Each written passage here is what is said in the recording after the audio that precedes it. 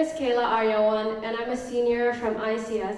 And tonight, I have the privilege of presenting to you about autonomous rescue robots and how they can help disaster relief efforts in Indonesia. Now, with the current outlook of our economy, when we think of robots, many of us think of job-stealing robots that will replace humans. However, I'm here to tell you today that robots and humans can create a partnership that will help us save lives during natural disasters.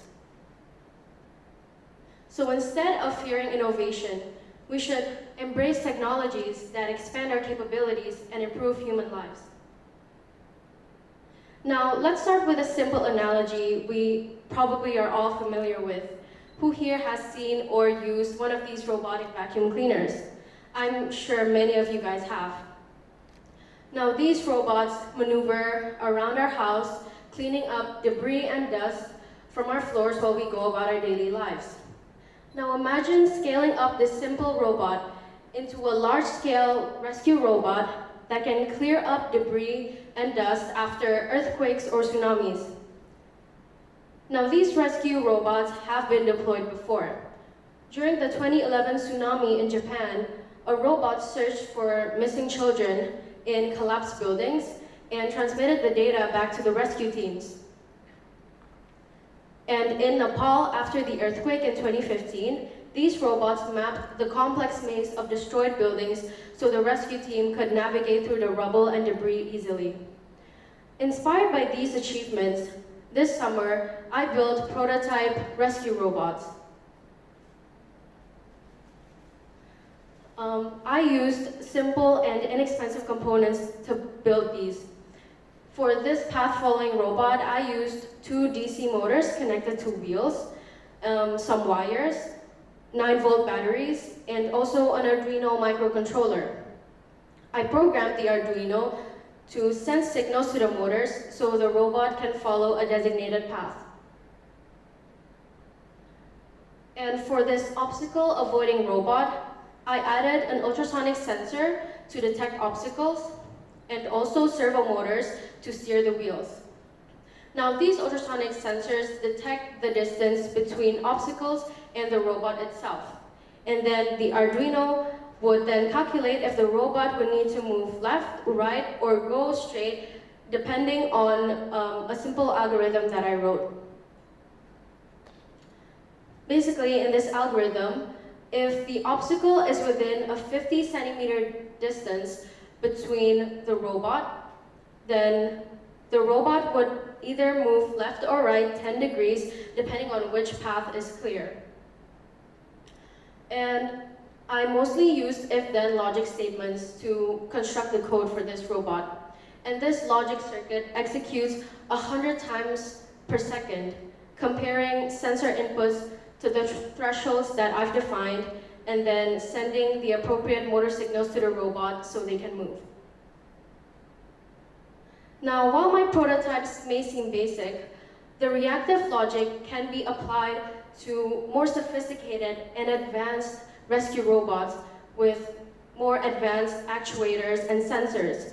So what I'm saying is, instead of ultrasonic sensors, these rescue robots can use laser scanners or high-resolution 3D cameras to scout 360-degree angles of the environment.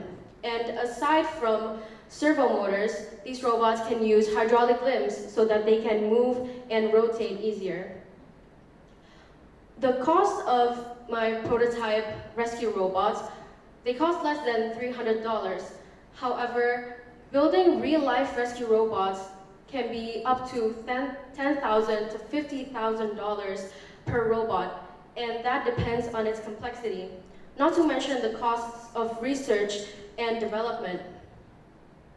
So many of you might be wondering, if these robots cost tens of thousands of dollars each, is it even worth the cost for Indonesia to produce these rescue robots?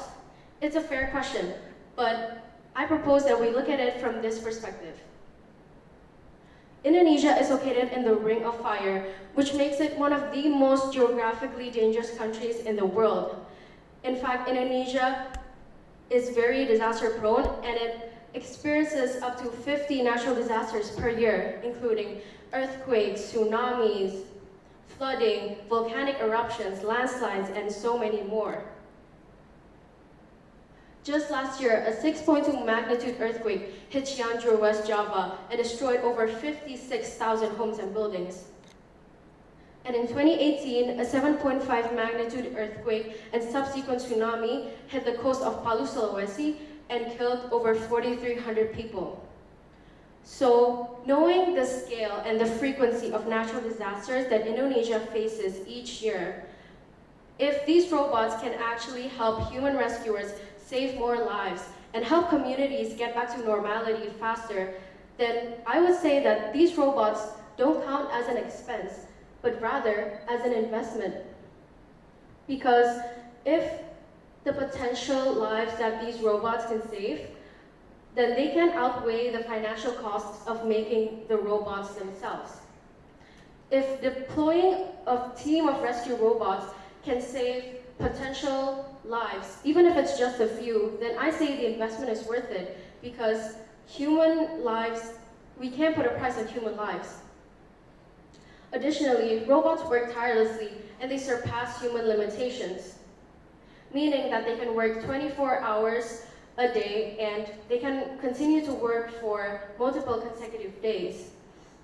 This is unlike humans, because humans may get overworked, they get tired, they make mistakes, and they may even miss victims that robots might be able to reach. Also, robots are more expendable than humans. Their superhuman strength means that they can lift up heavy debris and perform dangerous tasks that may pose a great risk to human rescuers. And finally, robots can get into hard-hit areas way faster than humans because they are not slowed down by heat, debris, toxic chemicals that are dangerous for humans.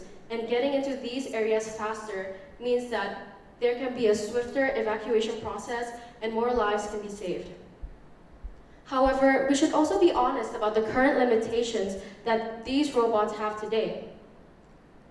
Disaster sites are always unpredictable, and unstructured environments may pose a challenge to even the most advanced robots today. And the software that truly understands these disaster environments still remains a work in progress. Unfortunately, these robots are also prone to breakdowns due to faults and bugs in the code or technical difficulties. So for now, robots can only complement human rescuers, not replace them. But getting back to the big picture now, we do have the technology today to start deploying initial forms of rescue robots in Indonesia. But we must proceed so with responsibility and carefulness, and in partnership with human rescuers, not in replace of. So, knowing this fact, we must continue to iterate and improve rescue robot designs and implement high safety standards so that these robots can eventually, one day, save thousands and even countless of lives. So let's use this technology to empower Indonesia and build a partnership, not a competition, between people and machines. Thank you.